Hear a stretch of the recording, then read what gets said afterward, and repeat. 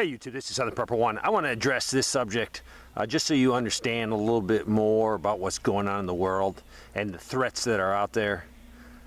And talk about Israel and Iran. Iran is trying to develop nuclear weapons, and they're working very hard to do this. A lot of their facilities are underground, deep underground, so it's going to take a special weapon system. That's why Israel is using a lot of assassination attempts and assassinations. They're using bribery to slow down the process of getting weapons built in Iran. They're also using technology in the sense of cyber attacks on their systems. They're using bombers, anything to slow down the process of developing a weapon so Iran can't have it. So Israel has a problem.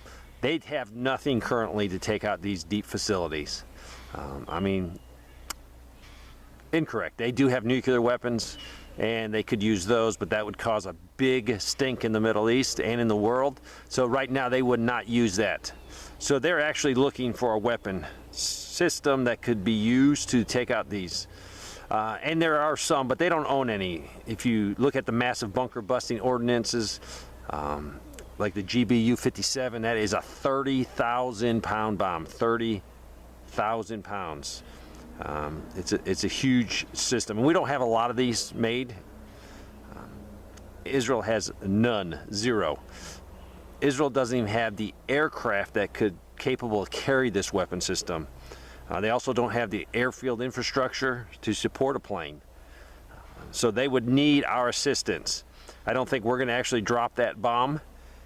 But there has been in the past and currently officials in the government that are looking at selling or leasing aircraft to the Israel government, and that would have to be either the B-52 or the B-2. These planes are capable of carrying this huge piece of ordnance, but we cannot sell or lease those two aircraft to Israel because of the START treaty that we signed with Russia. So those are out of the question.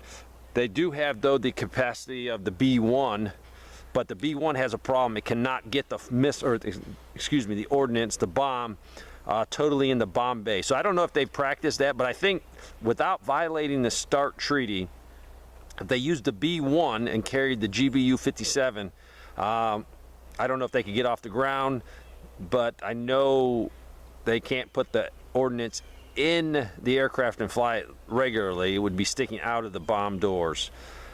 But that's an option. That wouldn't break the START treaty with Russia. Also, you got another problem. Iran has a great air defense system. They have Russian equipment, plus they've developed their own domestically. So getting that plane over target would be challenging. Not impossible, but challenging.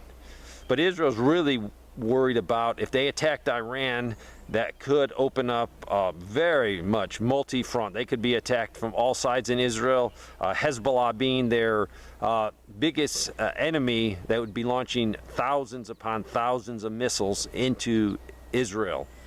So I think Israel maybe could carry out the initial attack on Iran, but I don't think they could then sustain the fight with Iran and then the multi-front fight on their actual borders. So we need to keep that in mind. When Israel feels that Iran is going to develop the bomb, they might attack, but they're having a lot of other issues that they have to take care of. So hopefully this explains something. So if you hear Israel attacking Iran, things could get worse in the sense of pricing of fuel oil, price of gas, price of diesel is going to skyrocket. Thanks for watching.